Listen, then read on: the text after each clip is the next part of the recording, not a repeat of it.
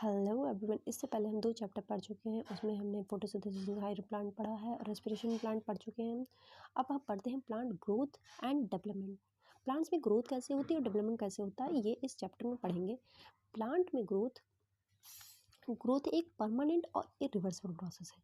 जैसे कि पहले सीड बनता है, फिर सीडलिंग होती है, फिर इसमें roots apical meristem shoot apical, फिर लीव्स बनती हैं, उसके बाद फिर कहीं जाकर के प्लांट बन पाता है। ऐसा तो नहीं प्लांट फिर से सीड बन जाए, ऐसा तो कभी रिवर्स कभी हुआ नहीं ना ही ह्यूमन में कभी हुआ है कि एडल्ट से फिर से बच्चा बन गया। ऐसा तो कभी नहीं, पहले बच्चा बनेगा तभी तो एडल्ट होगा, बेबी होगा, फिर चाइल्ड होगा, फिर टीनेज का कंडीशन है, फिर एडल्ट होगा, फिर ओल्ड होगा।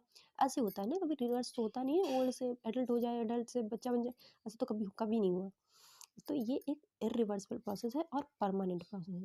तो ग्रोथ होती कैसे? ग्रोथ में क्या होता है, कुछ नया बनता है, न्यू सिंथेसिस होता है, कुछ नए बनने को एनाबॉलिज्म कहते हैं। हमारी बॉडी में प्लांट्स में सब में मेटाबॉलिज्म होता है। मेटाबॉलिज्म मतलब बहुत सारे केमिकल रिएक्शंस होते हैं।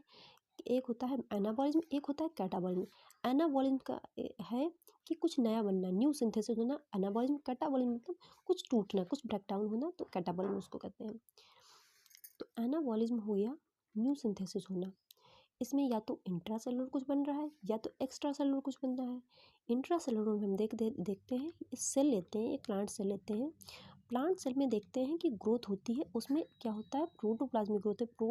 प्रोटोप्लाज्म के अंदर कुछ नया ऐड हो रहा है। जो नया ऐड हो रहा है तो प्रोटोप्लाज्म ग्रो कर रहा है, तो इतने से इतना हो गया, बड़ा हो गया, सेल बड़ी होगी। तो इसमें क्या होता है, यही रियल ग्रोथ होती है, यही प्रोटोप्लाज्मिक ग्रोथ होती है।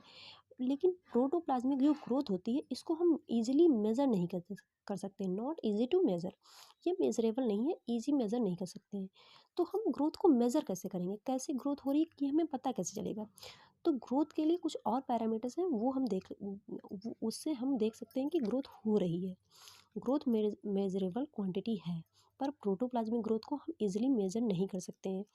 तो हम देखते हैं कि हम प्लांट्स में देखते हैं कि इंक्रीज इन सेल साइज, उनका सेल साइज बढ़ रहा है तो भी ग्रोथ होती है। जैसे कि वाटरमेलन हो गया, उसका सेल साइज देख लो तो अप टू 3.5 लाख टाइम बढ़ता है। जैसे कि हमारे घर में बड़ा कितना बड़ा वाटरमेलन आता है, तो उसकी सेल साइज बढ़ता है उसमें।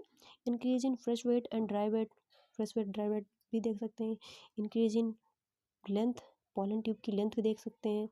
और इंक्रीज इन सरफेस एरिया बढ़ा हुआ देख सकते हैं। इंक्रीज इन वॉल्यूम देख सकते हैं। इंक्रीज इन सेल नंबर देख सकते हैं कि कितना सेल नंबर बढ़ा, तो उससे भी ग्रोथ पता लग सकते हैं। जैसे कि मेज में हो गया, रूट एपिकल मेरिस्टेम में 1750 सेल्स होती हैं।